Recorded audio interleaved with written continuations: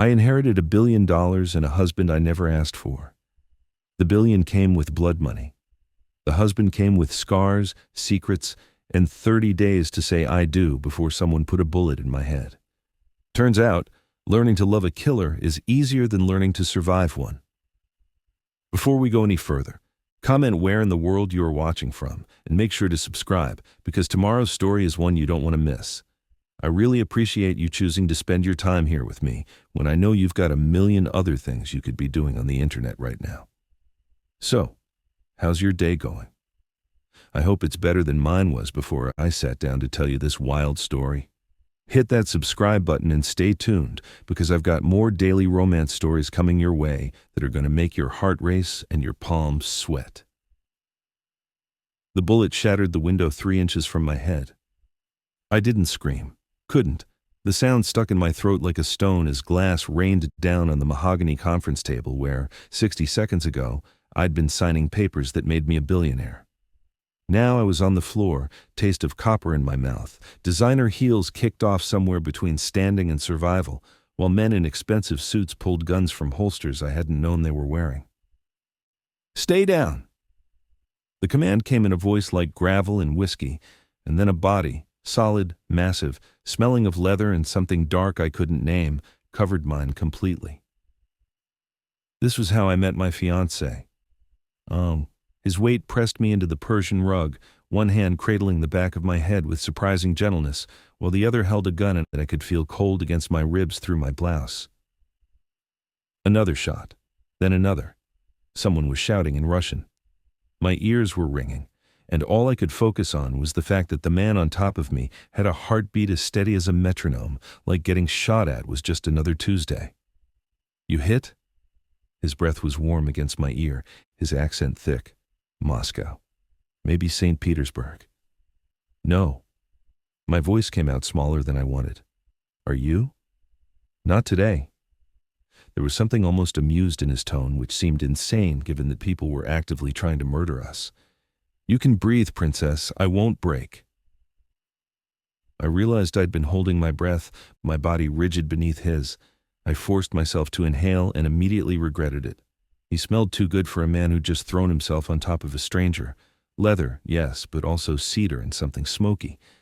My brain, which apparently wanted me dead, decided this was the perfect moment to notice that he was all muscle, that his thigh had somehow ended up between mine, and that even through the terror my body was responding in ways that made absolutely no sense.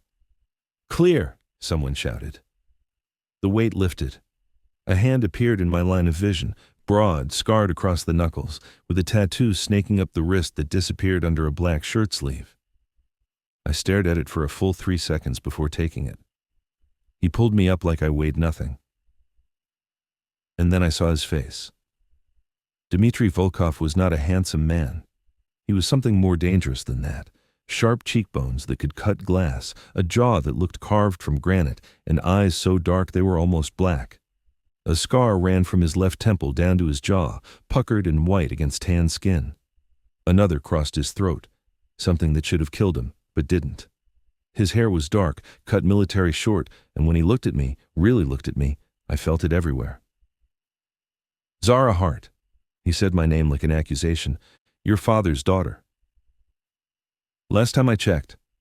I tried to sound braver than I felt, brushing glass from my blazer with shaking hands. "And you are?" His mouth, full, brutal, absolutely unfair, curved into something that wasn't quite a smile. "Your husband, in 29 days.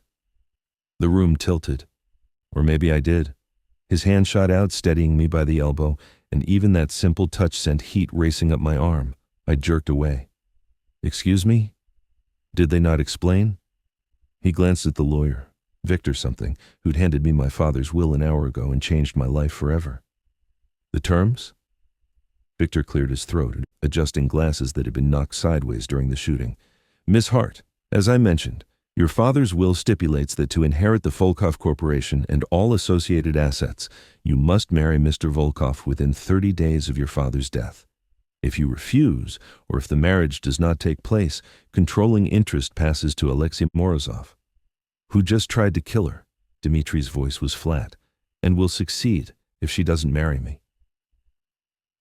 I looked between them, my life spiraling so far out of control I couldn't even see normal anymore. This is insane.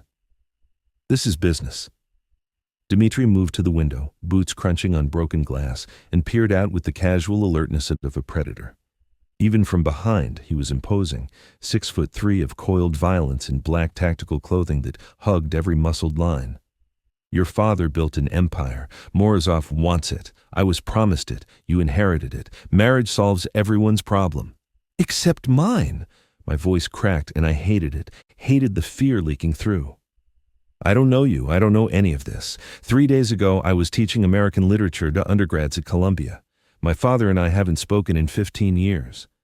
I didn't even know he was dead until Victor showed up at my apartment with legal documents, and to check with so many zeros, I thought it was a joke. Dmitri turned, and the intensity of his gaze pinned me in place. It's no joke. Your father was Konstantin Volkov. He ran the largest Russian operation on the East Coast. Shipping, real estate, casinos, all legal on paper. Underneath, his scarred hand gestured vaguely. Less legal. He made enemies. Morozov is the worst of them. And now, those enemies are your enemies. I don't want this. But even as I said it, I thought of the numbers Victor had shown me. The properties, the accounts, the power. I'd grown up poor, watching my mother work 3 jobs after my father left us, dying tired and broke at 52. And now I had enough money to never worry again, to help people, to build something. There has to be another way. There isn't. Dmitri walked toward me, each step deliberate, and I forced myself not to back up. He stopped close enough that I had to tilt my head back to meet his eyes. God, he was tall, and looking at me like he could see straight through to every secret I'd ever kept. You marry me, we present a united front. Morozov has no claim. You refuse. He kills you and takes everything anyway. Simple math. You seem thrilled about it, I shot back, anger finally burning through the fear. Being forced to marry a stranger. Something flickered in those dark eyes. I don't marry for love, Miss Hart. I marry for power. Your father promised me this organization when he died. Instead, he gave it to a daughter he abandoned who knows nothing about our world. His voice dropped, rough and low. So no, I'm not thrilled. But I keep my promises. I'll marry you, keep you alive, and teach you how to survive. In return, you sign papers making me operational head. We stay out of each other's way. 30 days, then a wedding. After that, you can go back to your books and pretend none of this exists. And if I don't agree? He leaned in, close enough that I could see gold flecks in those impossibly dark eyes, close enough that my pulse jumped and my breath caught, and every nerve ending I had suddenly woke up screaming. Then you'll be dead by morning, and I'll be working for Morozov. So really, Princess, you're saving us both. His breath ghosted across my lips. My heart was hammering so hard I thought he must hear it. And underneath the fear and the anger and the absolute insanity of the last hour, there was something else, something hot and unwanted and utterly inappropriate. Attraction. To a killer, a criminal, a man who'd just told me he was marrying me for power and nothing else. I was clearly losing my mind. Fine. The word came out breathier than I intended. 29 days. Then we'll talk terms. That almost smile returned, dangerous and devastating. Terms. I like that you think you have any.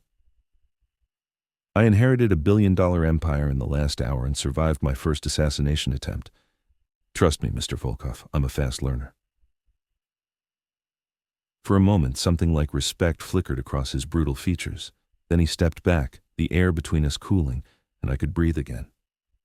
Good, because lesson 1 starts now. Pack a bag, you're moving into my house tonight. What? No, I have an apartment, a life. Had. He was already moving toward the door, barking orders in Russian to the men who'd materialized from wherever they'd been hiding. Until the wedding, you don't leave my sight. Someone just tried to put a bullet in your head, Zara. Next time, I might not be fast enough to stop it. The way he said my name, rough and possessive like he'd already claimed it, sent shivers down my spine. I watched him go, this stranger who'd become my fiancé in the span of a gunfight, and wondered if the bullet might have been the safer option. 29 days until I married a man who looked at me like I was both an inconvenience and something he wanted to devour. I was definitely losing my mind. And the worst part? Some reckless, self-destructive piece of me was curious to see what happened when I did. If you believe some bonds are forged in fire and some love stories start with a bullet, hit that subscribe button. And trust me, things are about to get a whole lot more dangerous. Dimitri's house was a fortress. We drove through Manhattan in a black SUV with bulletproof windows, 2 more vehicles flanking us like we were the president, and I sat in the back seat trying not to have a complete breakdown. My hands wouldn't stop shaking. I'd shoved them under my thighs, but Dimitri noticed anyway. He noticed everything. First time being shot at? He didn't look at me, eyes scanning the streets like threats lived in every shadow. What gave it away? I tried for sarcasm, but my voice wobbled. The trembling or the fact that I almost threw up in your lawyer's briefcase? His mouth twitched. Might have been a smile on a normal human. You held together better than most. Grown men have pissed themselves with less provocation. Is that supposed to be comforting? It's supposed to be true. Now he did look at me, and the weight of that stare made my stomach flip. You didn't scream, didn't freeze. You followed orders and kept your head down. That instinct will keep you alive. I teach 19th century literature for a living. My biggest threat is usually a student plagiarizing their essay on Hawthorne. Not anymore. The SUV turned down a tree-lined street in the Upper East Side, stopping in front of a limestone townhouse that probably cost more than a small country. Welcome home, princess. I hated that nickname. Hated how it sounded like mockery wrapped in honey when he said it.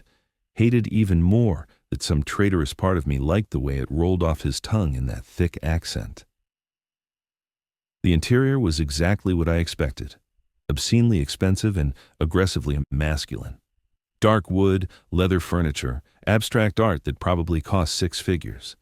But also, security cameras in every corner, reinforced doors, windows that I'd bet my newly inherited fortune were bulletproof. A prison wrapped in luxury. Your room is upstairs, 3rd door on the left. Dimitri shrugged out of his jacket, and I tried not to stare at the way his black shirt stretched across his shoulders, failed miserably. Don't leave the house without me. Don't answer the door. Don't trust anyone who isn't me or Victor. What about food? Am I allowed to eat, or is that too dangerous? He turned, eyebrow raised, and suddenly I was very aware that we were alone. That the door had closed behind us, that this dangerous, brutal man was now my roommate for the next 4 weeks. Kitchen is through there. Help yourself. I have a chef who comes in the mornings. He moved closer, invading my space with the casual arrogance of someone who'd never been told no. But if you're hungry now, I could make you something. I blinked. You cook? I do a lot of things that would surprise you, Zara. The way he said my name again, low and deliberate, made heat pool in my belly. Your father didn't mention me? My father didn't mention anything. We weren't exactly close. I crossed my arms, defensive. He left when I was 7, sent money sometimes, but no calls, no visits. My mother said he had business that kept him busy. Turns out that business was running the Russian mob. Something flickered in Dimitri's expression. Not quite sympathy, but close. He talked about you, near the end. My throat tightened. I didn't want to care. Hadn't let myself care about Konstantin Volkov in years. What did he say? That you were brilliant, stubborn, that you had your mother's heart and his survival instinct. Dimitri's scarred hand reached out and I froze as he tucked a strand of hair behind my ear. The touch was brief, almost gentle, and completely electrifying. That you'd hate him for what he was, but you'd be strong enough to handle it anyway. He didn't know me at all, but my voice came out whisper soft, betraying me. Maybe. His hand dropped, but he didn't step back. Or maybe he knew you better than you think. You're still here, aren't you? Could have walked away. Could have refused the inheritance. And let Morozov win? Let all that money, all that power, go to someone who'd use it for... what, exactly? What does Morozov do that's so terrible even by mob standards? Dimitri's expression went cold. Human trafficking. Primarily women and children from Eastern Europe. Your father spent 20 years building legitimate businesses to wash dirty money. Morozov wants to burn it all down and turn this organization into something worse. That's why your father's will was written the way it was. He knew I'd never work for Morozov. Knew you'd be protected if we married. I processed that, my brain struggling to reconcile the father who'd abandoned me with the man who'd apparently orchestrated an elaborate plan to keep me safe and stop a monster. So this marriage, it's not just about money and power. It's always about money and power. But something in his voice softened. But also about keeping you alive long enough to inherit. Your father had lung cancer, kept it quiet. He had maybe 6 months when he wrote that will. He knew Morozov would make a move the second he died.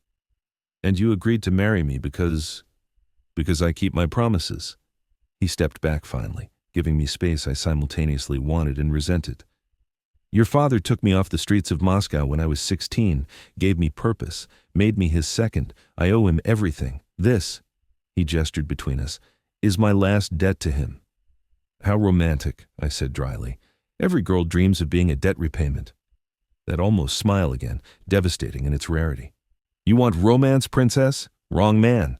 But I'll keep you breathing, teach you to fight, and make sure Morozov dies screaming before he touches you. That's the best I've got. And God help me the way he said it. Casual promise of violence delivered in that rough, accented voice. Shouldn't have been attractive. Shouldn't have made my pulse race and my skin flush. But apparently, I had worse taste in men than I'd realized. I need a drink, I muttered. Bar's in the study. I'll take you. The explosion cut him off. The windows shattered inward with a deafening roar, flames erupting from somewhere outside.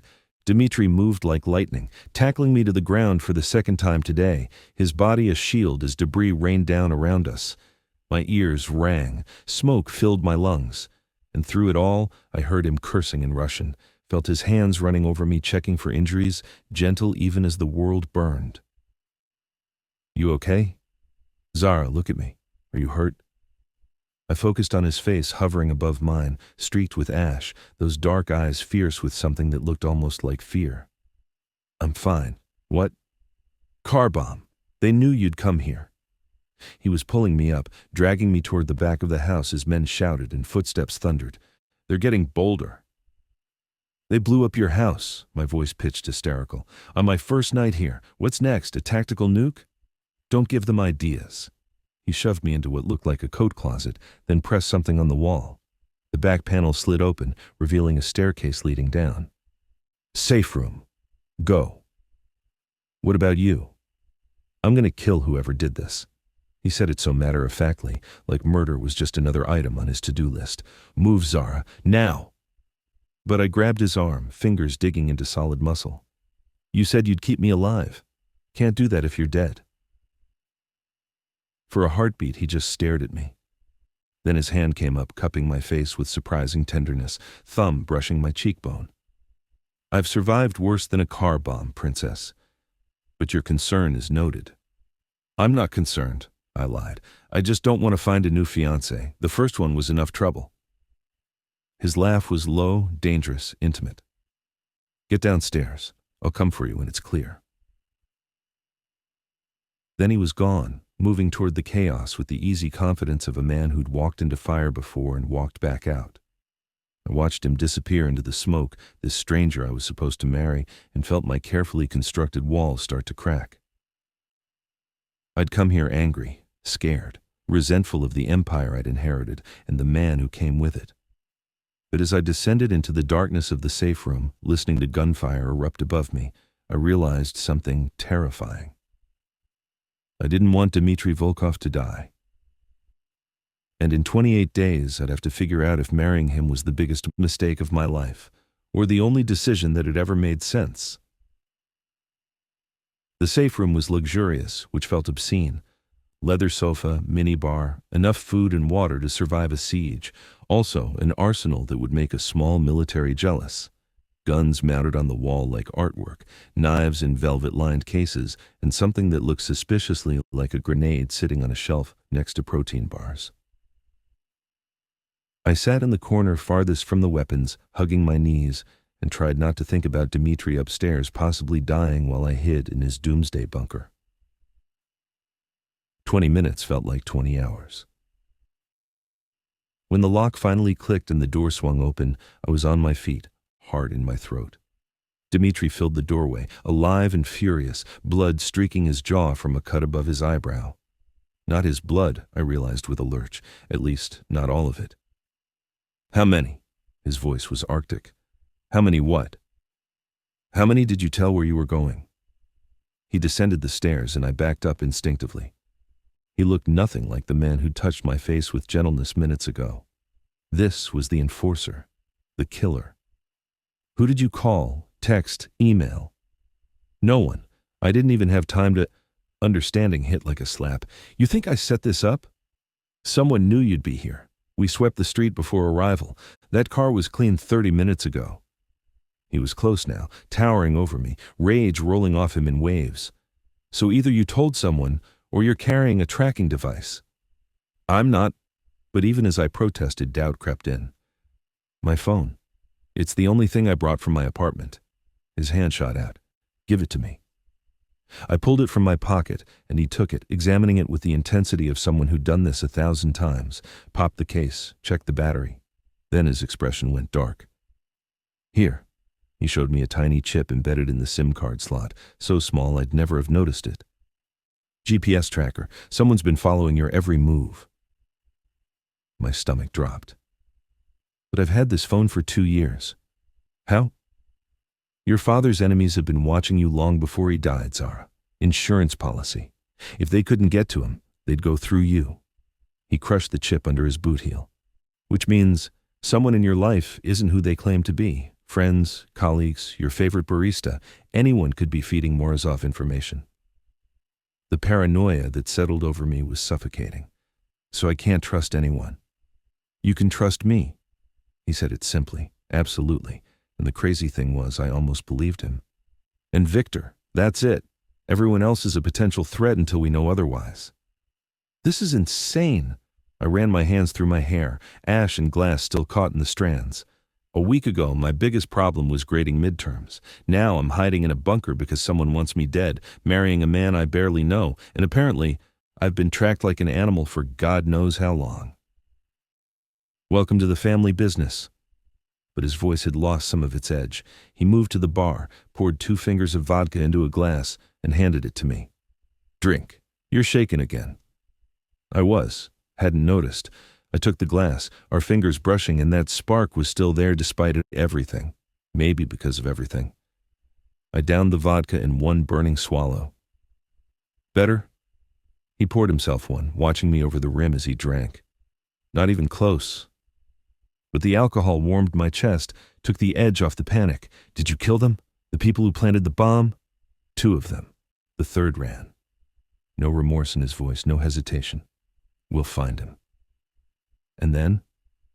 Then I'll make sure everyone knows what happens when they come after what's mine."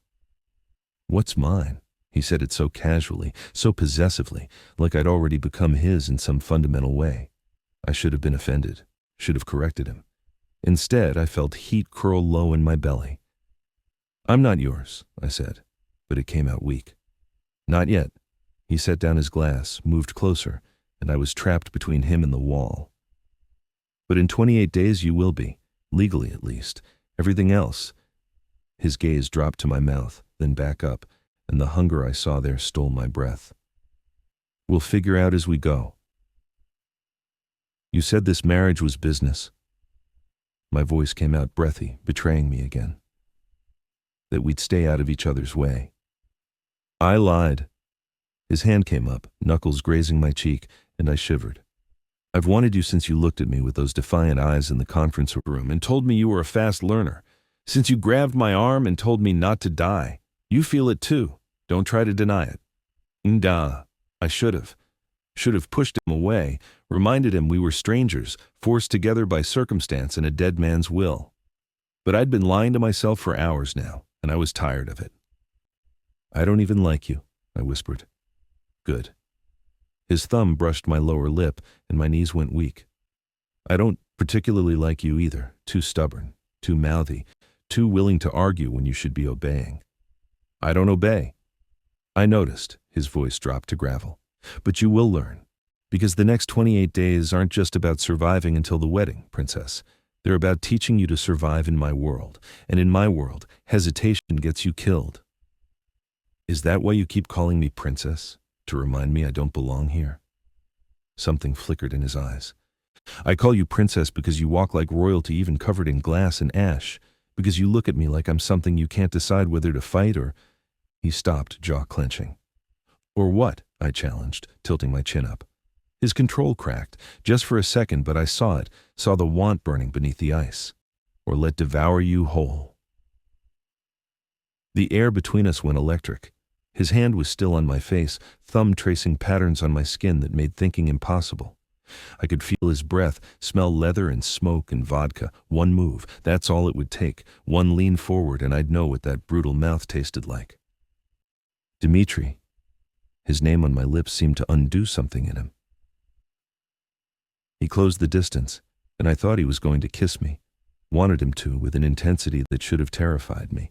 But instead, his forehead touched mine, eyes closed, breathing harsh. Not like this. His voice was strained. Not in a safe room while your world burns. Not when you're scared and I'm covered in blood. You deserve better for your first kiss from your husband. Who says it would be my first? The words tumbled out before I could stop them, defensive and ridiculous. His eyes opened, dark and amused and predatory. From me, princess, your first kiss from me. And when it happens, and it will happen, you'll remember it forever. Then he stepped back, and the loss of his warmth felt like a physical ache. Come on, safe room's clear, but we're not staying here tonight. He was all business again, like he hadn't just confessed to wanting to devour me. We have another house in Brooklyn, less obvious. Pack what you need. I didn't bring anything except the clothes on my back and a phone that was apparently broadcasting my location to assassins. Then we'll get you new clothes, new phone, new everything. He headed for the stairs, then paused, looking back with that almost smile that was becoming dangerously familiar. But first, lesson 2. Come with me. I followed him upstairs into the wreckage of the townhouse. The front was destroyed, furniture overturned, that expensive art now debris. But Dimitri led me to a back room that had somehow survived intact. He unlocked a cabinet and pulled out a handgun. You're teaching me to shoot? Now? Right now. He checked the magazine, chambered around with practiced efficiency. Someone tried to kill you twice in one day, Zara. Third time, I might not be there. You need to be able to protect yourself. He held out the gun, grip first, waiting. I stared at it, at him, at the life I'd stumbled into that was nothing like the safe, predictable existence I'd built, teaching literature, coffee with colleagues, grading papers in my tiny rent-controlled apartment, that Zara Hart would have run screaming. But that Zara Hart hadn't inherited a billion-dollar empire, hadn't met a man who looked at her like she was both a problem to solve and a prize to claim. Hadn't felt her blood sing with adrenaline and desire in equal measure. I took the gun. It was heavier than I expected. Cold, real. Good girl, Dimitri murmured, and the praise went straight through me. He moved behind me, his chest against my back, arms coming around to position my grip. Both hands, firm but not tight. Breathe out when you squeeze the trigger. Don't pull. I could barely focus on his instructions with his body pressed against mine, his voice in my ear, his hands covering mine. This was supposed to be a lesson in survival, but it felt like something else entirely. Seduction, disguised as safety. There's a range in the basement of the Brooklyn house, he continued, breath hot against my neck. We'll practice every day until you can hit a target at 20 yards with your eyes closed. Until the weight of it feels natural, until you can kill without hesitation if you need to. I don't want to kill anyone, I protested weakly. His arms tightened around me. No one ever does, until it's them or someone they love. Then it becomes surprisingly easy. Someone they love. Was that what this was becoming? This twisted, dangerous thing growing between us? It was too fast, too intense, too impossible, but standing there in his arms, learning to hold a weapon that might save my life, I couldn't deny it anymore. I was falling for my mob enforcer fiancé. And I had 27 days to figure out if that made me brave or just catastrophically stupid. The Brooklyn house was smaller but somehow more intimate. A brownstone and park slope with exposed brick, hardwood floors, and windows that overlooked a tree-lined street that almost felt normal. Almost, if you ignored the armed guard stationed at both ends of the block and the panic room hidden behind the bedroom closet.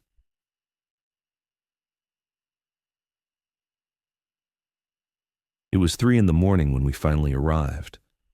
I was running on adrenaline and vodka, my body screaming for sleep but my mind refusing to shut down.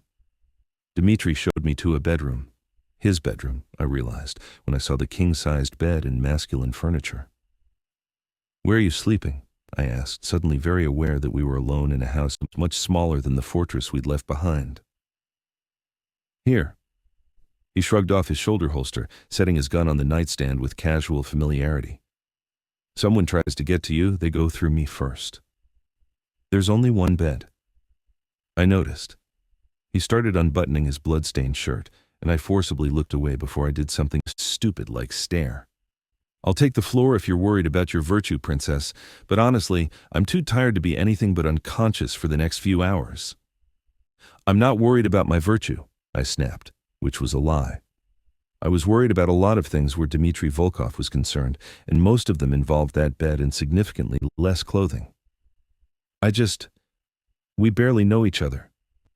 He paused, shirt hanging open, revealing a torso that looked like it had been carved from marble and then beaten with a hammer. Scars everywhere, bullet wounds, knife cuts, something that looked like a burn across his ribs, a map of violence written on skin. I must have been staring because his mouth curved. "See something you like?" "I see something that should be dead." The words came out softer than I intended. "How are you still alive?" "Spite, mostly." He pulled off the ruined shirt, tossed it aside, and I caught a glimpse of more tattoos snaking across his shoulders. Cyrillic script and Orthodox crosses mixed with imagery I didn't recognize. "And luck. Lot of luck." "That one." I pointed to the burn scar before I could stop myself. "What happened?" His expression went dark. "Morozov, 5 years ago, he thought burning me alive would send your father a message. Obviously it didn't work." "He set you on fire?" Horror crawled up my spine. "Set the building on fire. I was inside." He said it so casually, like it was just another Tuesday. "Your father pulled me out, spent 3 months in a hospital. The scars never faded." He moved closer, and suddenly we were back in that charged space where the air felt too thick to breathe. "Does it disgust you? The evidence of what I am?" "No," the answer came without hesitation. "It makes me angry. That someone hurt you like that. That you've survived things that would destroy most people. That you're still standing here, breathing, looking at me like—" I stopped, catching myself. "Like what?" He was right in front of me now, close enough to touch. "Say it, Zara." "Like you want to kiss me, but you're waiting for permission." My heart hammered against my ribs. "Like you made yourself a promise not to touch me until the wedding, but you're regretting it." "I am regretting it." His hand came up, fingers threading through my hair, tilting my face up. "Every second. You have no idea how hard it is to keep my hands off you when you look at me like that." "Like what?" "Like you're as scared of what you feel as I am." His thumb traced my jaw, and I leaned into the touch without thinking. "I've killed men, Zara. Dozens. I've done things that would make you run if you knew the details. I'm not a good man, not even close." "I never said you were. But you're still here. Still looking at me like maybe I could be. Like maybe this thing between us could be more than just a business arrangement." His forehead touched mine, and I felt his control fraying. "It's a dangerous game, princess, wanting me. Letting me want you back." "Everything about this is dangerous," I whispered. "What's one more risk?" He made a sound low in his throat, somewhere between a growl and a laugh. "You're going to destroy me." "Good." I don't know where the boldness came from. Maybe the exhaustion, maybe the adrenaline, maybe just the truth that had been building all day.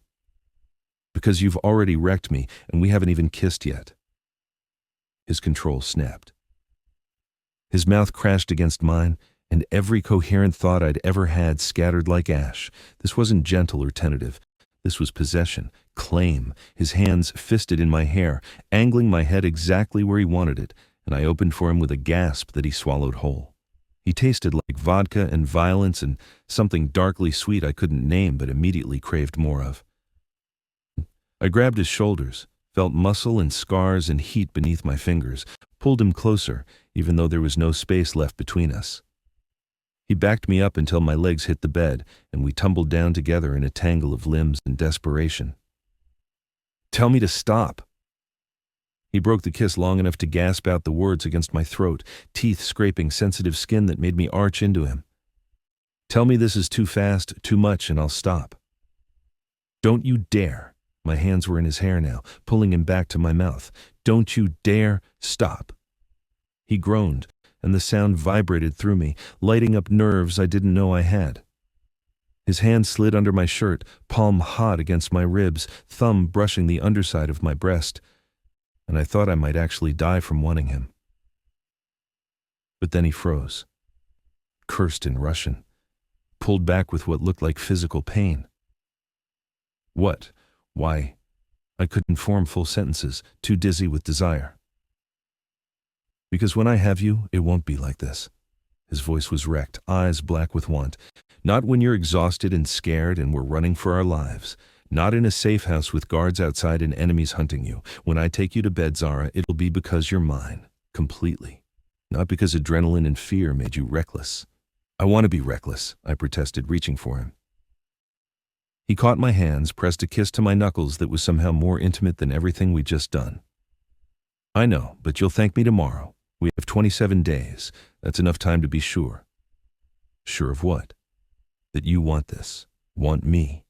Not just the protection or the power or the escape from your old life. Me, the killer, the criminal, the man who'll never be anything but damaged." He stood, putting distance between us, and I wanted to scream at the loss. "Get some sleep, princess. Tomorrow, training starts for real." He grabbed a blanket and pillow, headed for the door. "Where are you going?" "Guest room. Before I do something we both regret." He paused in the doorway, looked back with an expression that made my chest ache. "For what it's worth, that kiss. You'll remember it forever. I guaranteed it." Then he was gone, and I was alone in his bed, body still humming with unfulfilled desire, lips swollen from his mouth, and my heart doing something terrifyingly close to falling. I touched my fingers to my lips, tasting him there still, and knew he was right. I'd remember that kiss for the rest of my life. The question was whether I'd survive long enough to get another one. I woke to gunfire. Not close. Somewhere outside, distant pops that still sent my heart into my throat. I scrambled out of bed, realized I'd fallen asleep in my clothes, and stumbled into the hallway. Dmitri was already moving, shirtless and armed, looking lethal and unfairly attractive. I checked the clock, 7 in the morning. "Stay back," he ordered, moving to the window. "What's happening?" "Training." He lowered his gun, expression shifting to something almost amused. "Relax. It's my men at the range in the basement. I told them to start at 8, but apparently Victor has ideas about punctuality." I sagged against the wall, adrenaline draining. "You're telling me I woke up thinking we were under attack, and it's just target practice? Welcome to your new normal." He finally looked at me, really looked, and heat flared in his eyes. "You slept in my bed. You gave me your bed." I regretted it approximately 30 seconds after walking away. He moved closer, and I was suddenly very aware that I looked like I'd been through a war while he looked like sin wrapped in tattoos and morning shadow. "How'd you sleep?" "Terrible.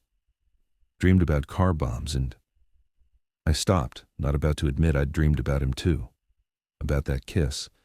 About all the things he'd stopped us from doing. "And?"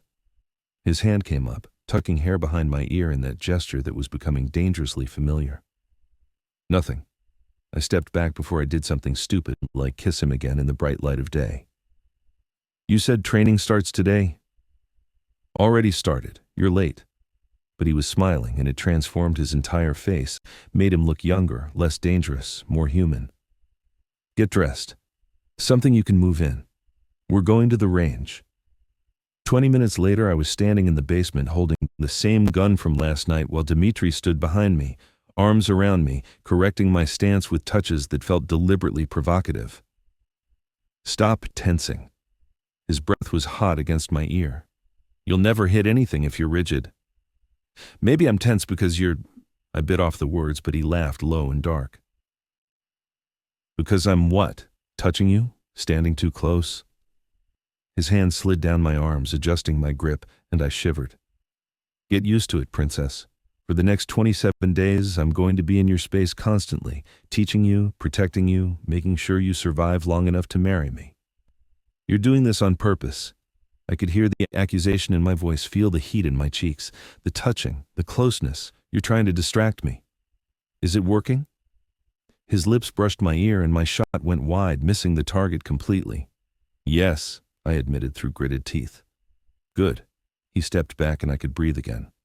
"Now do it again. And this time, focus. Pretend I'm not here." "That's impossible." "Then pretend I'm Morozov. Pretend I'm the man who wants you dead. Pretend pulling that trigger is the only thing standing between you and a bullet." His voice went cold, serious. "Because one day, it might be." That sobered me. I squared my shoulders, found my stance, breathed out like he'd taught me, and squeezed the trigger. The recoil kicked through my arms, but this time the bullet hit the target. Not center mass, but close enough. "Better." Pride colored his voice. "Again." We spent 2 hours in that basement.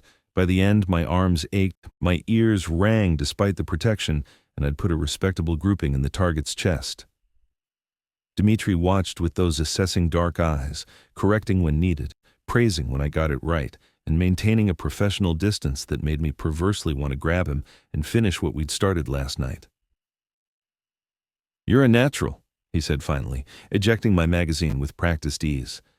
"Few more days of this, you'll be able to handle yourself." "And then what?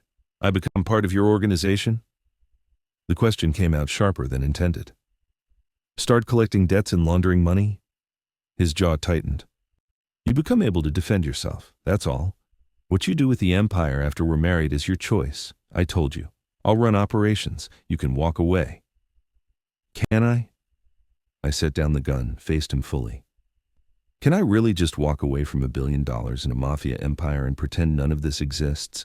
Can you honestly tell me that once we're married, once I'm officially part of this world, that I'll ever be free of it?" He was quiet for a long moment. Then, "No, you'll never be completely free. Marrying me means accepting what I am, what your father was, what this organization is. It means looking over your shoulder for the rest of your life. It means living with the knowledge that people will always want to hurt you to get to me, to the money, to the power." He moved closer, cupped my face with both hands, and I saw raw honesty in his expression. "But it also means you'll have resources to do good, to change things. Your father used this empire to help people sometimes. Refugees, immigrants who needed papers, women escaping bad situations. Not everything we do is evil, Zara. Some of it is just survival in a world that doesn't play by the rules. That's a convenient rationalization." "It's the truth." His thumb brushed my cheekbone. "I won't lie to you. Won't pretend I'm some Robin Hood figure stealing from the rich. I've killed for money, for loyalty, for revenge. I've done things that damn me 100 times over. But I've also saved lives, protected people who had no one else. Your father built something that could be used for more than just profit. If you wanted, you could reshape it into something better. And you'd let me? I'd help you." He said it simply, absolutely. 27 days, Zara, that's all I'm asking. Give me 27 days to show you what this life could be, to teach you to survive it, to prove that marrying me isn't a prison sentence. And if at the end of it, you still want to walk away, sign over operational control and disappear." His voice cracked slightly. "I'll let you go." "You're lying." "Probably." That broken smile again. "I'm a selfish bastard who wants you more than I should. But I'm trying to be honest about it at least." I should have been terrified. Should have been planning my escape. Instead, I found myself leaning into his touch, into this impossible man who promised me violence and protection in the same breath. 27 days, I agreed. But I want the truth, about everything. About my father, about Morozov, about what you've done and what you're planning. No more secrets. Deal. He sealed it with a kiss, softer than last night, but no less devastating. Now come on. Victor's upstairs with paperwork and you need to eat something. You're going to need your strength for what comes next. What comes next? His smile turned wicked. Tonight we're going to dinner, public appearance. Let Morozov and everyone else know you're under my protection, that you're mine. I'm not. You are. He pulled me close and I went willingly, recklessly. You've been mine since you took my hand in that conference room. You just didn't know it yet. And God help me, standing in his arms in a basement gun range with the smell of powder in the air and danger in every shadow, I thought he might be right. The dress Dmitri sent up to the bedroom was a weapon disguised as haute couture. Black silk that clung to every curve, a neckline that plunged just this side of scandalous, and a slit that ran dangerously high up my thigh. Strappy heels that could double as a stabbing implement in a pinch. I stared at it laid out on the bed like an accusation and felt my stomach flip. This is what mob wives wear to dinner, I called through the door. This is what my wife wears when I want every man in the room to know she's untouchable.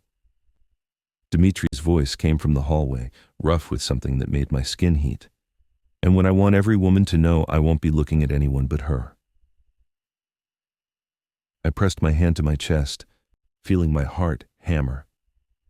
We'd spent the day in careful proximity, him working in the study while I reviewed documents Victor brought about the empire I'd inherited, stealing glances at each other when we thought the other wasn't looking, the kiss from the morning hanging between us like a promise. Now, staring at this dress that screamed possession, I understood what tonight was really about. A declaration. I put it on because I was apparently incapable of self-preservation where Dmitri Volkov was concerned. When I finally emerged, he was waiting at the bottom of the stairs in a Tom Ford suit that fit him like sin, his dark hair styled back, the scar on his face somehow making him more devastating rather than less. He looked up as I descended, and his expression, raw hunger mixed with something like reverence, made my knees weak. Bozhe moi, he breathed in Russian, then switched to English. You're trying to kill me. Turnabout's fair play. I reached the bottom step, eye level with him now in these ridiculous heels. You're not exactly easy on the eyes yourself. Eyes? His hand came to my waist, fingers splaying possessively over the silk. Is that all you're having trouble with? Dmitri. His name came out breathless. I know, public place, professional. But he didn't move his hand, didn't step back. One thing before we go. The men we're meeting tonight, they'll test you, push boundaries, say things designed to make you uncomfortable to see if you're weak. Morozov might even be there. My blood went cold. The man who wants me dead will be at dinner. He wants the empire. Killing you is just means to an end. In public, with witnesses, he'll be civil, charming even. Don't let your guard down. His other hand came up, thumb brushing my jaw. And if anyone touches you, looks at you wrong, says something that crosses the line, you smile and let me handle it. Understood? What are you going to do? Whatever it takes to make sure they never forget you're mine. The possessiveness in his voice should have annoyed me. Instead, it sent liquid heat through my veins. Trust me tonight, Zara. I'll keep you safe. I'm starting to realize safe is relative around you. His smile was sharp and dangerous. The safest you'll ever be is by my side, remember that. The restaurant was exclusive, the kind of place where reservations were impossible unless you owned countries or criminal empires. We entered through a private entrance flanked by Dmitri's men, and I felt eyes tracking us immediately. The other diners were a mix of wealth and danger, designer clothes hiding violence just beneath the surface. Dmitri's hand stayed on the small of my back, guiding me through the room with the easy confidence of someone who'd never met a threat he couldn't neutralize. We were seated at a corner table, strategic positioning where he could see all entrances, his back to the wall. I'd learned enough in 2 days to recognize the tactical thinking. Champagne? A waiter appeared, nervous in that way people get around predators. Vodka, the good stuff, and whatever the lady wants. Dmitri's eyes never left the room. Champagne is fine. I needed to keep my wits about me. The waiter fled. I leaned closer to Dmitri, voice low. How many people here want you dead? Including the waiter. Maybe half. He said it so casually, might as well have been discussing the weather. The other half want to do business with me. Tricky part is figuring out which is which. That's insane. That's Tuesday. His hand found mine under the table, thumb stroking my palm in a way that made concentration difficult. See the man at 3 o'clock, gray suit, expensive watch? I glanced over. Distinguished, late 50s, looked like he ran hedge funds or small nations. What about him? Sergei Petrov. Controls most of the shipping on the eastern seaboard. He and your father were partners. He'll want to know if that partnership continues. Does it? That's your call. You're the boss now, princess. I'm just the help. I snorted. You're about as just the help as a nuclear weapon is just a firecracker. His smile was genuine, transforming his face. I like when you're funny. Not enough people are brave enough to joke with me. Maybe because you look like you eat babies for breakfast. Only on Sundays. He lifted my hand, pressed a kiss to my knuckles that made every woman in the room stare with envy. And only if they're particularly irritating babies. I laughed before I could stop myself, and something in his expression softened. There she is, the woman underneath all that fear and anger. I was starting to wonder if she'd ever come out to play. She's terrified, I admitted quietly. Everything about this is terrifying. I know, his grip tightened. But you're handling it better than most. You haven't run screaming, haven't had a breakdown, haven't once begged me to let you go. That takes strength, Zara, more than you know. Before I could respond, a shadow fell across our table. Dmitri Volkov. I heard rumors you'd found yourself a bride, but I didn't believe it. The voice was cultured, amused, and laced with something cold. You'll have to introduce me to the woman brave enough to marry the devil. I looked up into eyes as blue and empty as Arctic ice. Alexei Morozov. He was younger than I expected, maybe 40, with the kind of polished good looks that belonged in boardrooms or political campaigns. Blonde hair swept back, strong jaw, expensive suit. If I'd met him at a cocktail party, I'd have thought him charming. But his eyes gave him away. There was nothing behind them. No warmth, no humanity, just calculation. Dmitri stood slowly, deliberately, positioning himself slightly in front of me. Morozov, didn't know you frequented establishments with standards. I make exceptions for special occasions. Those empty eyes slid to me. And the beautiful Zara Hart is certainly special. Konstantine's lost daughter returned to claim her inheritance. How poetic. How did you? I started. But Dmitri's hand on my shoulder stopped me. Everyone knows who you are now, princess. That's the point. He stared at Morozov with undisguised hostility. You have business to discuss, or did you just come to gawk? Business. Always business with you. Morozov smiled, and it was like watching a shark decide whether to bite. I came to offer congratulations, and a warning. Not interested in either. Perhaps your bride is. He addressed me directly, ignoring Dmitri's obvious dismissal. Miss Hart, you've stumbled into something you don't understand. Konstantine's empire is built on sand and blood. It's crumbling. Within months, it will collapse entirely, unless someone with vision takes control. Someone like you? I kept my voice steady despite my racing heart. Someone like me, he agreed. Dmitri here is a loyal dog, but dogs can't run kingdoms. They can only guard them. And right now, there's nothing worth guarding. Dmitri moved so fast I barely saw it. 1 second he was beside me. The next he had Morozov by the throat, slammed against the wall, restaurant patrons gasping and scrambling back. Call me a dog again, Dmitri said softly, deadly. See what happens. Dmitri. I stood, heart in my throat. This was about to turn into a bloodbath. Let him go. Listen to your woman, Volkov. Morozov wheezed, but he was still smiling. She's smarter than you. Knows when a fight can't be won. She also knows I don't lose.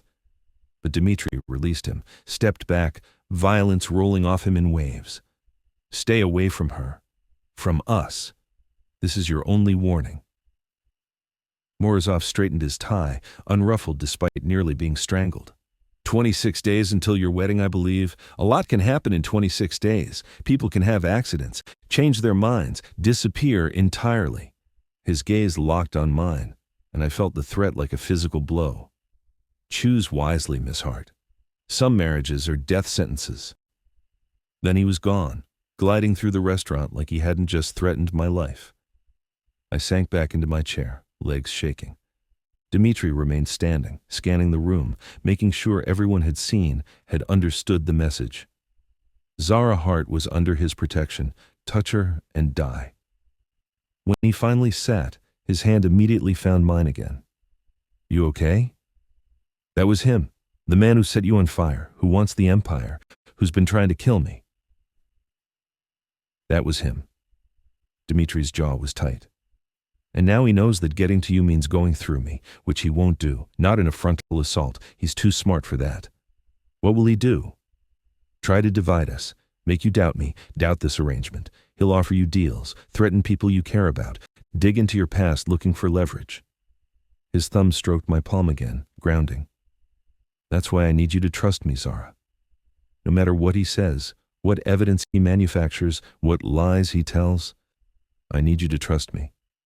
Trust doesn't come easy when everyone's lying. I'm not lying.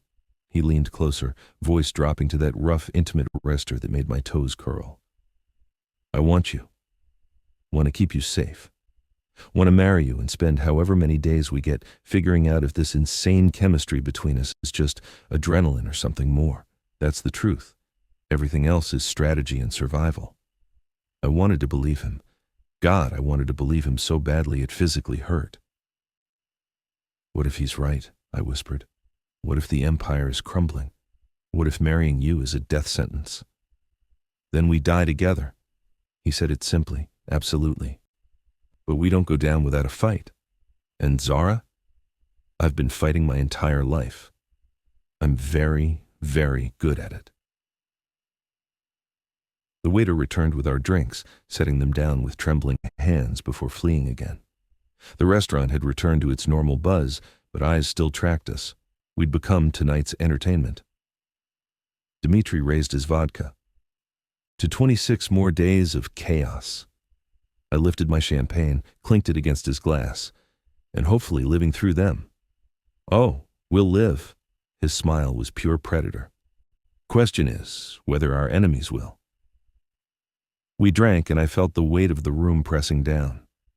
This was my life now, public displays of ownership, thinly veiled threats, danger in every shadow, a man who touched me like I was precious, but killed without hesitation. And the terrifying part? I didn't want to run. I wanted to stay, wanted to see where this led, wanted to know what it felt like when Dmitri finally stopped holding back and took what we both clearly wanted.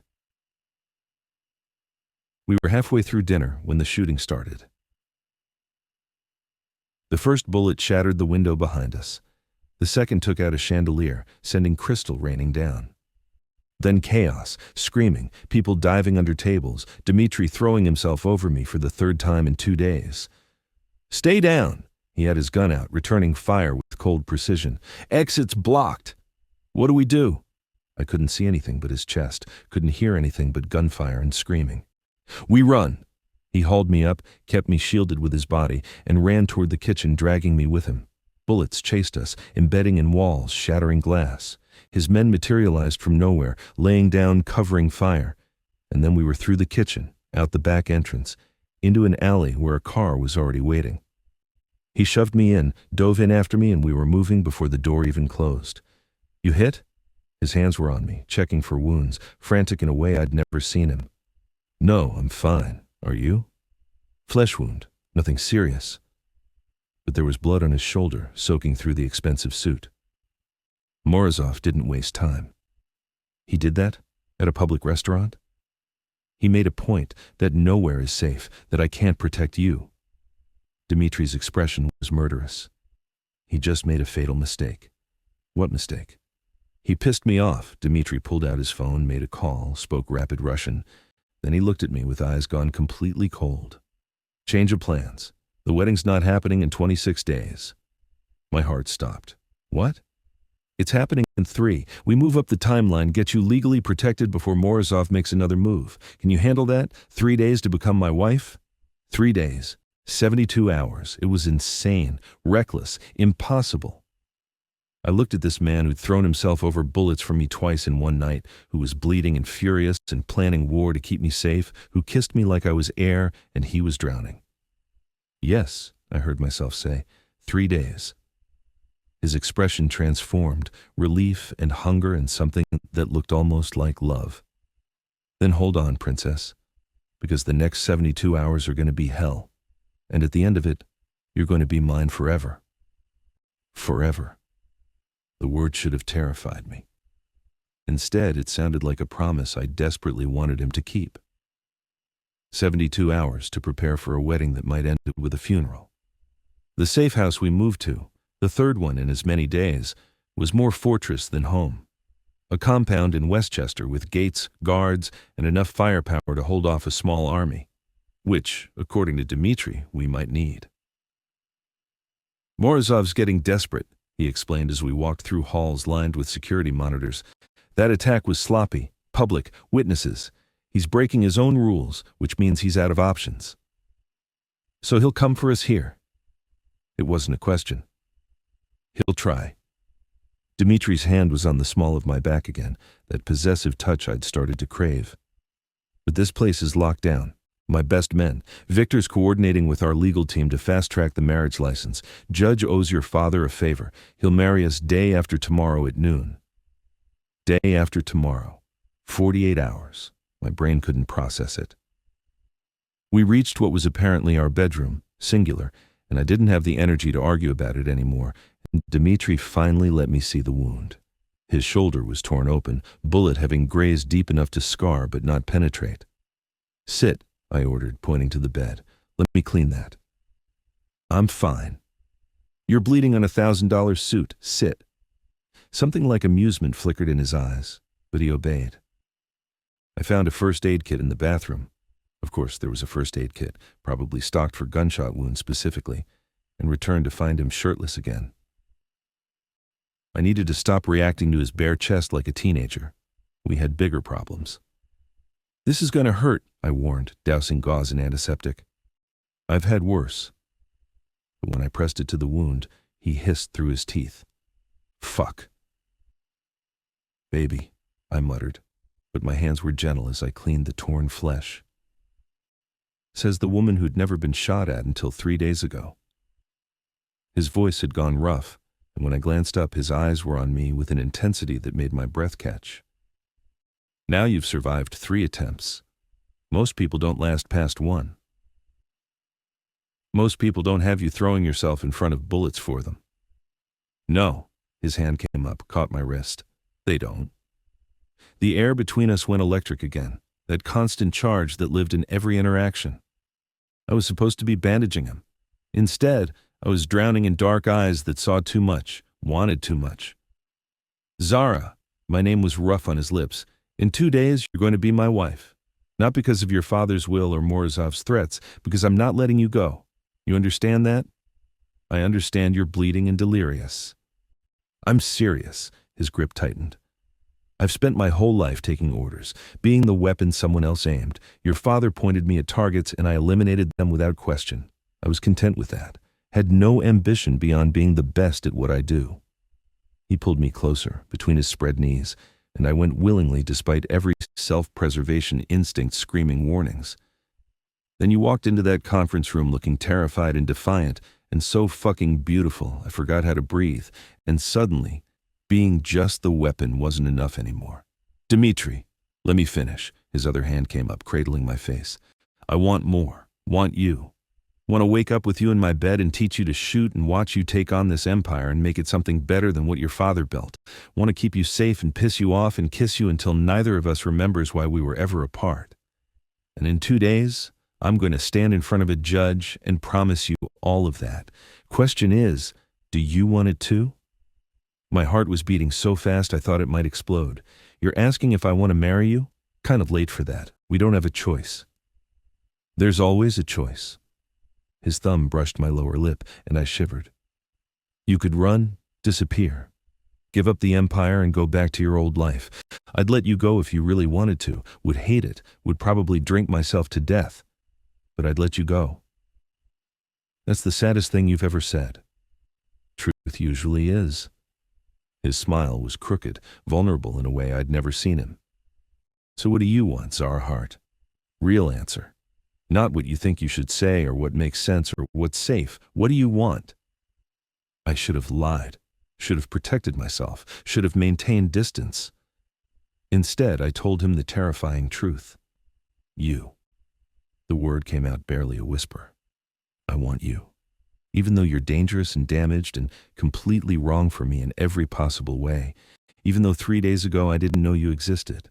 Even though this is insane and reckless and probably going to get us both killed, I want you. He stood so fast I stumbled back, but he caught me, always caught me. And then his mouth was on mine and we were past the point of pretending this was just survival or strategy or anything other than what it was. Inevitable. He kissed me like I was oxygen and he'd been suffocating. Like every restraint he'd been holding onto for 3 days had finally snapped. And I kissed him back with equal desperation, fingers tangling in his hair, body pressed against his like I could crawl inside him and never leave. Tell me to stop. He broke away long enough to gasp it against my throat. Tell me you want to wait until the wedding, and I'll stop. I'm tired of waiting. I pulled him back to my mouth. I'm tired of being careful. We have 2 days before someone tries to kill us again. I want this, want you. Now. He groaned and the sound vibrated through me. You're going to destroy me. Good. I was pulling at his belt, at buttons, at anything between us and skin. Destroy me back. His hands found the zipper of my dress. I'd changed out of the deadly black number into something simpler and pulled it down with agonizing slowness. The fabric pooled at my feet, leaving me in nothing but underwear and vulnerability. Bouge moi, he breathed, eyes raking over me like a physical touch. You're perfect. I'm not. You are.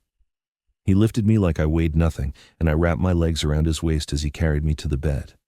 Perfect and terrifying and mine. Mine, that word again, possession and promise wrapped together. He laid me down with surprising gentleness, and then he was covering my body with his, skin against skin, heat against heat. Every scar I'd traced with antiseptic now traced with my fingers, mapping violence turned survival, turned this moment. Tell me what you want, he demanded, mouth moving down my throat to my collarbone. Tell me what you need. You. It was the only word I could manage. Just you. What happened next was pure fire. Every touch ignited something deeper. Every kiss peeled away another layer of defense. He took his time despite the urgency, learning my body like it was territory to be conquered and cherished in equal measure. And I learned his, the places that made him groan, the scars that made him tense until I kissed them soft, the way he said my name like a prayer when I touched him just right. When he finally moved inside me, it felt like coming home and jumping off a cliff simultaneously. Terrifying and perfect and so intense I thought I might actually die from it. Look at me. His voice was wrecked, forehead pressed to mine. Open your eyes, Zara. Look at me. I did. And the vulnerability I saw there, the raw emotion he was usually so careful to hide, undid me completely. I love you. The words fell out before I could stop them, honest and reckless and true. God help me, I love you. He went completely still, eyes searching mine. Say it again. I love you. Stronger this time, certain.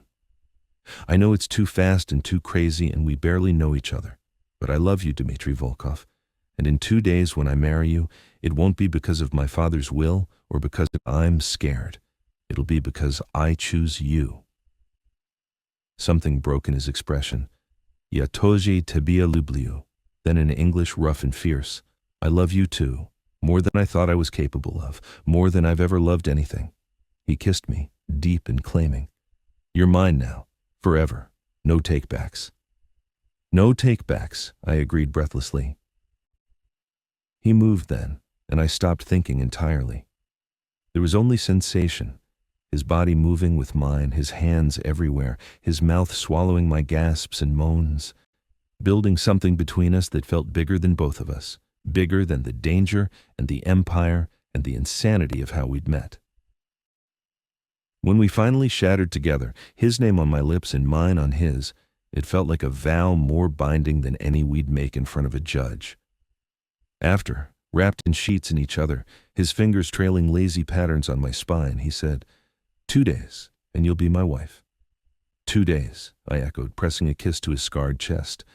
Think we'll survive that long? We'll survive. His arms tightened around me. I'll make sure of it, even if I have to burn the whole city down.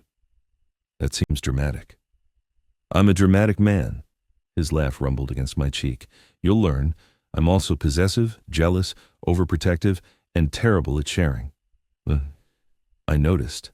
I tilted my head to look at him. I'm stubborn, argumentative, and I don't take orders well. I noticed. He kissed my forehead. We're going to drive each other insane. Probably. Can't wait. I laughed, and it felt like relief. Like maybe we'd actually survive this. Like maybe love was possible even in the middle of violence and chaos.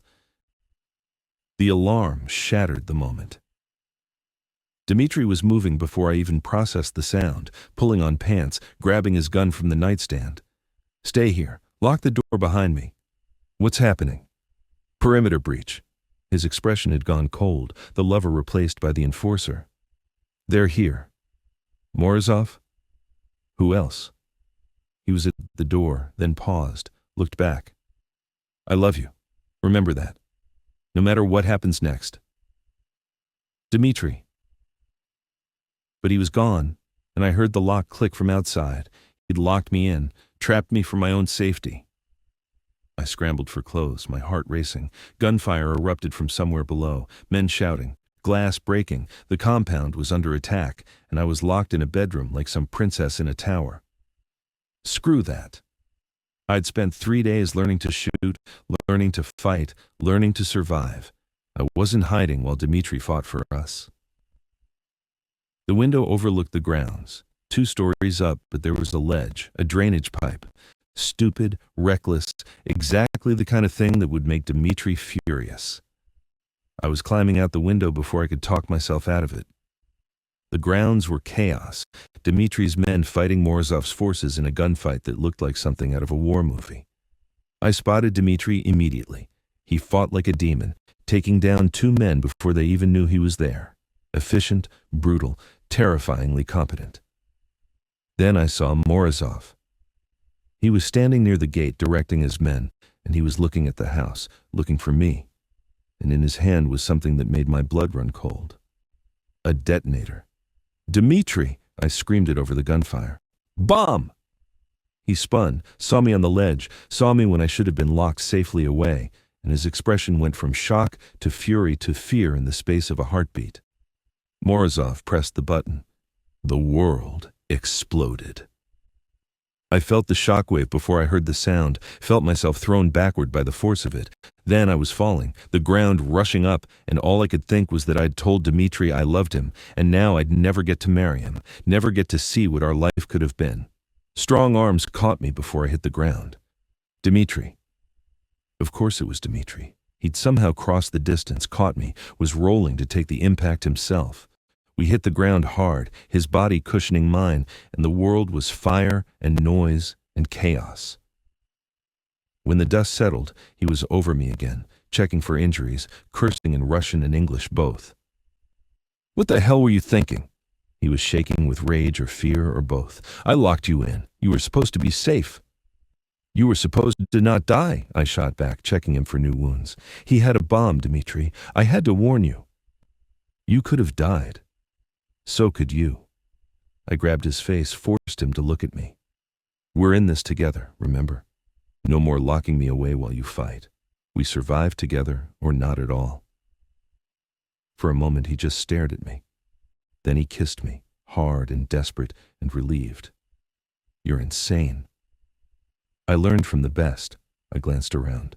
The compound was destroyed, fires burning, but Dmitri's men were still standing. Morozov's forces were retreating. Did we win? Not yet. Dmitri pulled me to my feet and his expression was murder. But we will. Come on. We're ending this tonight. What are you going to do? His smile was cold and final. What I should have done years ago. I'm going to kill Alexei Morozov. We hunted Morozov through the burning compound like wolves tracking wounded prey.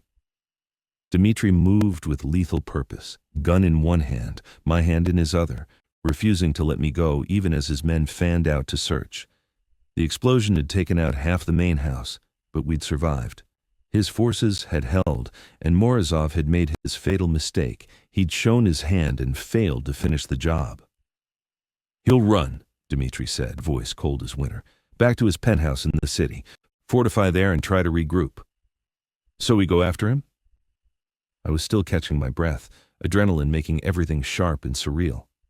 We end this. He stopped, turned to face me fully. Blood streaked his face, ash covered us both, and he'd never looked more dangerous or more mine. But I need to know you can handle what comes next, what I'm about to do. You're going to kill him. Slowly.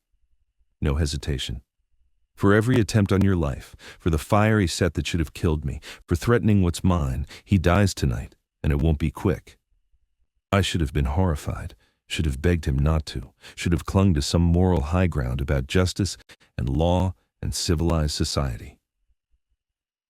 Instead, I thought about the bullet that had missed my head by 3 inches, the car bomb, the restaurant shooting, the compound exploding while I'd been in it, this man who kept trying to kill us because he wanted power more than he wanted anything resembling humanity. Good, I said simply. Let's go kill him. Something fierce and possessive flared in Dmitri's eyes. You're perfect, absolutely perfect. He kissed me hard. Stay close, do what I say, and if things go wrong, they won't. If they do, he insisted, you run, you survive, you take the empire and you make it something good. Promise me. I'm not promising to leave you. Zara. No. I grabbed his shirt, pulled him close. We survive together. That's the deal. That's the vow. 2 days from now, I'm marrying you, and I'm not walking down any aisle to an empty altar because you decided to play hero. So you're going to stay alive. Understand? His laugh was rough, disbelieving. How did I get so lucky? You threw yourself on a grenade for me. Multiple grenades, technically. I think that earns you some loyalty. I kissed him once more, tasting smoke and desperation. Now let's go finish this so we can get married in peace. Morozov's penthouse was a fortress 50 stories in Mauve, Manhattan, glass and steel and arrogance. We arrived with a small army, Dmitri's best men, armed and ready for war. Victor had already arranged for the building security to conveniently malfunction. Money bought a lot of convenient malfunctions. Top floor, private elevator. Dmitri was in full tactical mode, checking weapons and issuing orders in rapid Russian. He'll have men stationed, probably expects us to wait, regroup, come at him in daylight with lawyers and legal maneuvering. Instead, we're coming at him with guns blazing at 3 a.m, I finished. Fast learning. That almost smile that I'd started to catalog by type. This one was proud and dark and anticipating violence. Stay behind me. You see an opening, you take it. You learn to shoot for a reason. He handed me a gun, smaller than the one I'd been practicing with, but I checked the magazine and chambered around like he'd taught me. The weight was familiar now. Comforting, even. We entered the building like ghosts. Dmitri's men neutralized the overnight security with professional efficiency. No kills, just unconsciousness. We didn't need unnecessary body counts, not when the only body that mattered was waiting 50 floors up. The private elevator rose in silence. I counted heartbeats, watched Dmitri's reflection in the polished steel doors. He was coiled violence, every muscle ready, and I'd never been more attracted to anyone in my life. The doors opened to a hallway scattered with bodies. Dmitri's men had gotten here first, clearing the way. Smart, efficient, terrifying. Bedrooms through there, one of the men pointed. He's barricaded himself. Won't come out. Dimitri's expression went cold. Then we go in. He approached the door, and I stayed at his shoulder despite every instinct screaming to hang back. We'd come this far together. I wasn't abandoning him now. Morozov, Dimitri's voice rang out. You have 10 seconds to open this door before I blow it off the hinges. Silence. 10. Nothing. 9. You can't win, Volkov. Morozov's voice came muffled through the reinforced door. Kill me, and my organization comes after you. After her. You'll spend the rest of your miserable life looking over your shoulder. 8. 7. I can make you rich, richer than Constantine ever did. We split the empire, rule together. 6. 5.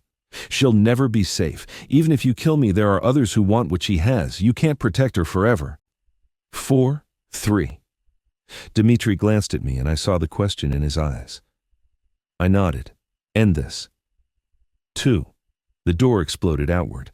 Dimitri shoved me behind him as bullets sprayed the hallway. His men returned fire, and it was chaos, noise and smoke and the sharp smell of gunpowder. I pressed against the wall, gun raised, waiting for a clear shot. Then I saw him. Morozov emerged from the smoke like a demon, gun trained on Dimitri's back. I didn't think, didn't hesitate. I fired. The bullet hit Morozov's shoulder, spinning him sideways. Not a kill shot. I wasn't that good yet, but enough to make him drop his weapon, enough to save Dimitri's life. Dimitri turned, saw what I'd done, and his expression was terrible and beautiful. Nice shot, princess. Then he was on Morozov, disarming him completely, driving him to his knees. You were saying? Dimitri's voice was conversational despite the violence. Something about not being able to protect her? Morozov clutched his bleeding shoulder, and for the first time I saw fear in those empty blue eyes. You won't kill me. Not in front of her. You want her to think you're civilized, redeemable. You won't show her what you really are. She already knows what I am. Dimitri didn't look away from his target. She watched me kill for her, bleed for her. She just shot you herself to save me. You think she's some delicate flower who can't handle reality? His laugh was harsh. You never understood Constantine, never understood what he built or why. He didn't want an empire of fear. He wanted an empire that could survive, that could protect, that could be something more than just violence. Pretty lies. Morozov spat blood. We're all the same, killers and thieves dressed in expensive suits. Maybe. Dimitri pressed his gun to Morozov's forehead. But some of us know what we're fighting for. You fight for power. I fight for her. She'll leave you. When the novelty wears off, when she realizes what you've done, what you'll keep doing, she'll run and you'll be alone again. Maybe, Dimitri said again. But that's her choice, not yours. You don't get a choice anymore. Wait. The word left my mouth before I realized I was speaking. Dimitri froze. Zara?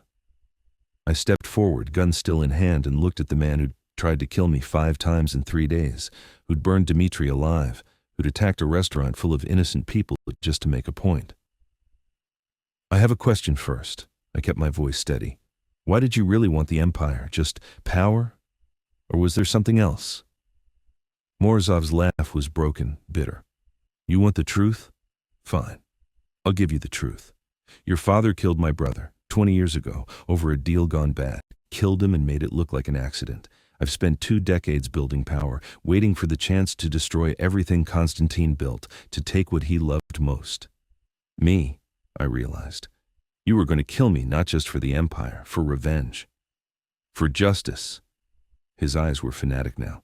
Your father was a monster. Everyone pretended he was different, better, but he was just another killer in a nice suit. And his daughter, he spat toward me. You strut around acting like you deserve this inheritance, this power, when you don't know the first thing about what it cost. The lives destroyed. The families ruined. You're just as much a monster as he was. The words should have hurt, should have made me doubt. Instead, I thought about the documents Victor had shown me, the refugee programs my father had funded, the domestic violence shelters, the quiet charities that helped people escape bad situations, the empire that, yes, was built on blood and crime, but it also saved lives. You're wrong, I said quietly. My father was complicated. Probably was a monster in a lot of ways, but he was also trying to be something better. And maybe I'm a monster too. Maybe we all are in this world. But I'm going to use this empire to help people, to save the ones who can't save themselves, to be the thing you could never be. And what's that? Someone worth following. I raised my gun, aimed at his head. Zara, Dimitri's voice held a warning. You don't have to do this. I know. My hand was steady. But I want to, for you, for me, for everyone he would have hurt if we let him walk away. I looked at Morozov one last time. This is for trying to kill the man I love. I pulled the trigger. The sound was deafening in the enclosed space. Morozov crumpled, and it was over. Simple as that. A life ended. A threat eliminated. I should have felt something. Horror, regret, guilt. Instead, I just felt tired. Dimitri was there immediately, taking the gun from my shaking hands, pulling me into his arms. You okay? I killed someone. The words sounded distant, like someone else was saying them. You did. He didn't sugarcoat it. You saved us, ended a threat that would have kept coming forever. You did what had to be done. Does it get easier? I looked up at him, this man who'd killed dozens, and still managed to be tender with me. Killing? No. His honesty was brutal. It never gets easier, but you learn to live with it, learn to separate what you do from who you are, and you have reasons worth the cost. His hand cupped my face. I'm sorry you had to do this. Sorry I brought you into this world. I walked in with my eyes open. I leaned into his touch. I chose this, chose you. I'd do it again. Even knowing what it makes you, especially knowing. I pulled him down, kissed him softly, because it makes me yours. They found the body 2 hours later, Konstantin Volkov. Not dead, very much alive. In a private hospital in New Jersey where he'd been recovering from lung cancer that turned out to be a carefully orchestrated fake death. He walked into the penthouse where we were still dealing with Morozov's body, flanked by men I didn't recognize, and looked at me with eyes exactly like mine. Hello, Zara. His voice was accented, rough, and achingly familiar, even though I hadn't heard it in 15 years. I hear you're getting married. I couldn't speak, couldn't process. My father, alive, this had all been a test. Dimitri stepped forward, and I realized he wasn't surprised. You knew. I turned on him. You knew he was alive? I suspected. Dimitri's expression was careful. The will was too perfect, too convenient. Your father doesn't leave loose ends. Konstantin smiled, and it was my smile, crooked and sharp. I needed to know if you could survive in this world, if you were strong enough to inherit what I built, if Dimitri could protect you and teach you. He looked between us, and if you two would actually fall in love, or if this would just be a business arrangement. I couldn't even form words. You let people try to kill me. Multiple times you blew up houses and restaurants and controlled events, he interrupted. Morozov was a real threat, yes, but I made sure Dimitri was always positioned to save you, made sure you'd be pushed together, forced to rely on each other, tested under fire. His gaze sharpened. Love that survives combat survives everything. That's insane, I was shaking with fury. I could have died. But you didn't. He said it simply. Because you're my daughter. You have my intelligence, your mother's heart, and apparently excellent aim. He glanced at Morozov's body. I'm impressed. First kill, and you didn't hesitate. I did it to save Dimitri. Exactly. Konstantin's smile widened. You chose love over fear, action over passivity. You became what this empire needs, not just an heiress, but a queen. He turned to Dimitri. And you? You fell in love with her. Genuine love, not just duty. I can see it. I love her more than life, Dimitri said flatly, which is why I'm going to punch you for putting her through this.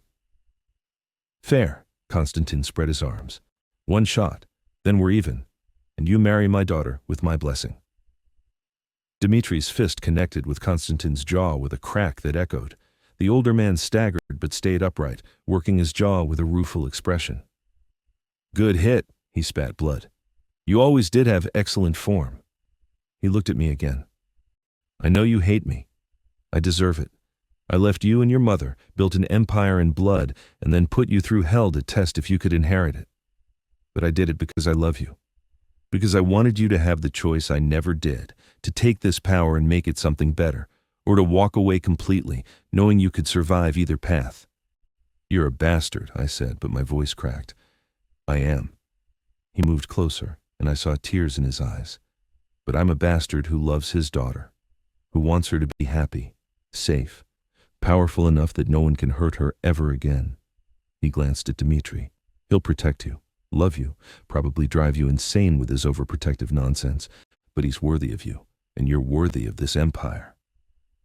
I wanted to stay angry, wanted to rage at him for the manipulation, the fear, the absolute insanity of faking his death to test me.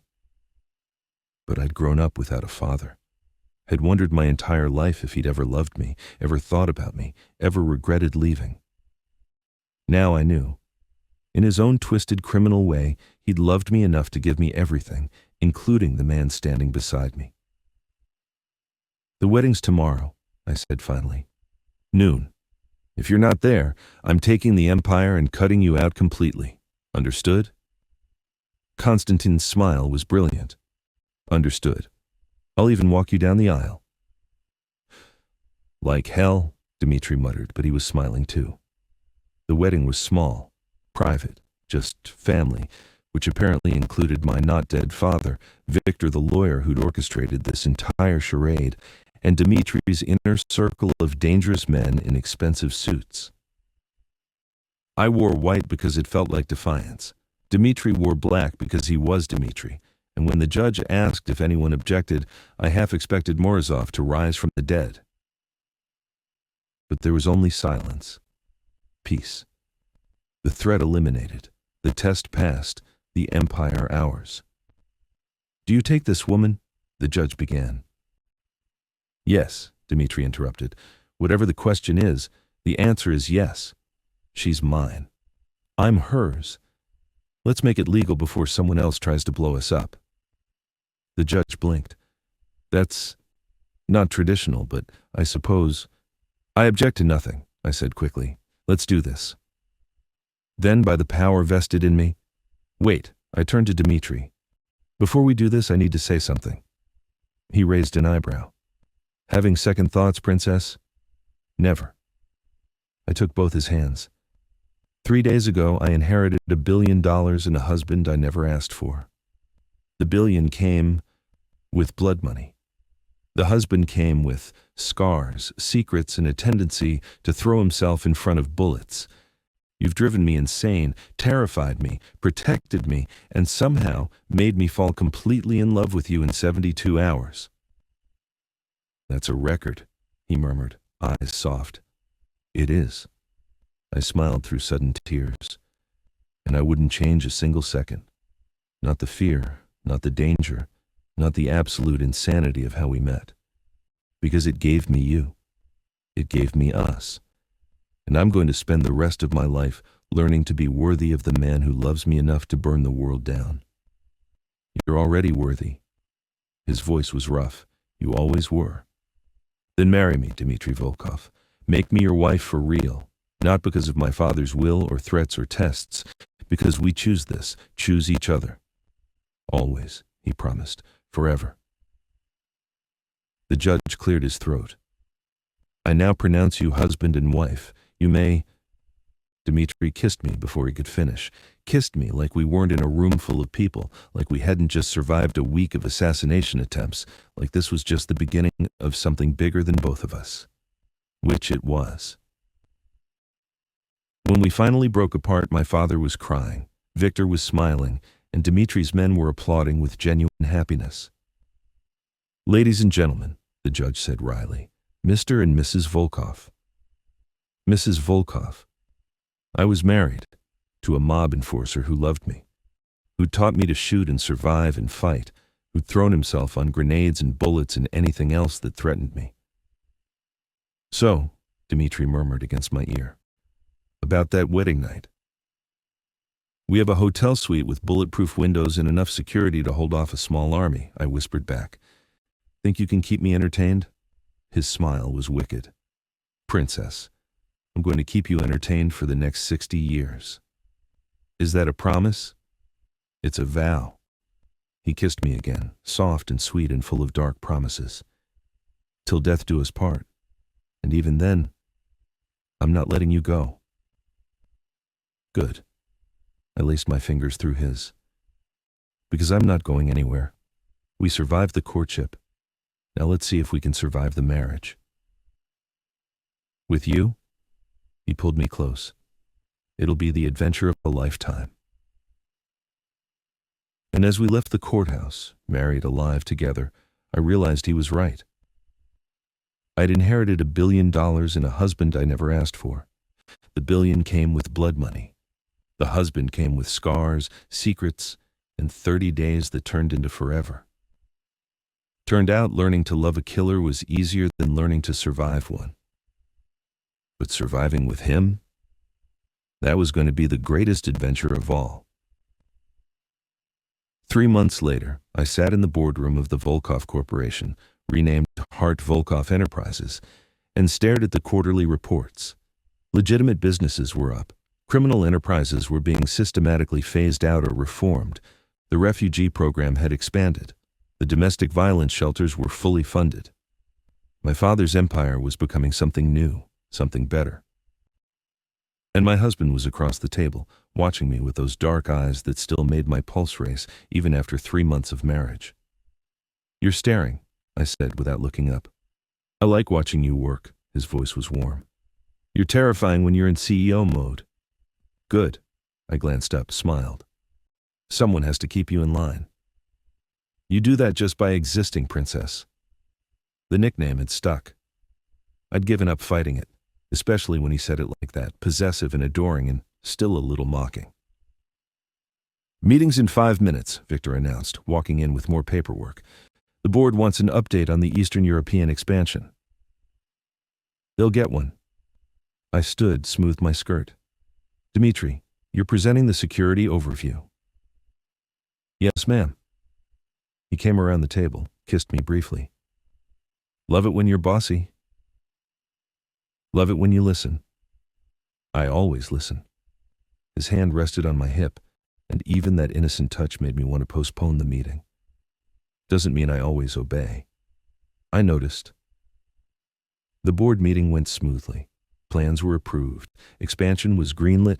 The empire was thriving under our joint control. My vision and business sense, his enforcement and street knowledge.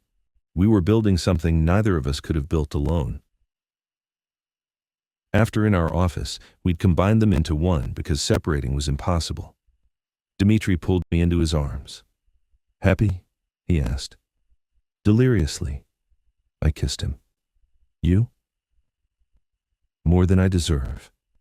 His hand moved to my stomach, still flat, where our secret lived. How are you feeling? Fine. Tired. Nauseous in the mornings, but hiding it well. I covered his hand with mine. Think you're ready to be a father? Terrified, he admitted. But with you, I think we can handle anything. Even a baby? Even a baby. He kissed me softly. Though I'm calling it now, kid's gonna have your stubbornness and my tendency toward violence. We're raising a tiny dictator. Our tiny dictator, I corrected. Our tiny dictator, he agreed, and his smile was pure joy. 3 months ago, I'd inherited $1 billion and a husband I never asked for. Now I had an empire I was reshaping, a man I loved more than breathing, and a future that was terrifying and perfect in equal measure. Some love stories start with bullets, some vows are written in blood, and sometimes the most dangerous thing you can do is trust the killer who looks at you like you're worth dying for. But when that killer is yours, completely, irrevocably, forever, it's the safest you'll ever be. If you believe the best love stories are written in chaos and sealed with fire, drop a comment telling me what you thought of Zara and Dmitri's story. Hit subscribe for more daily romance stories that will make your heart race and your palms sweat. Because tomorrow, I've got another tale of dangerous love and impossible choices waiting for you. Thanks for riding this wild journey with me. Until tomorrow, stay safe, stay fierce, and remember that sometimes the most dangerous choice is also the right one.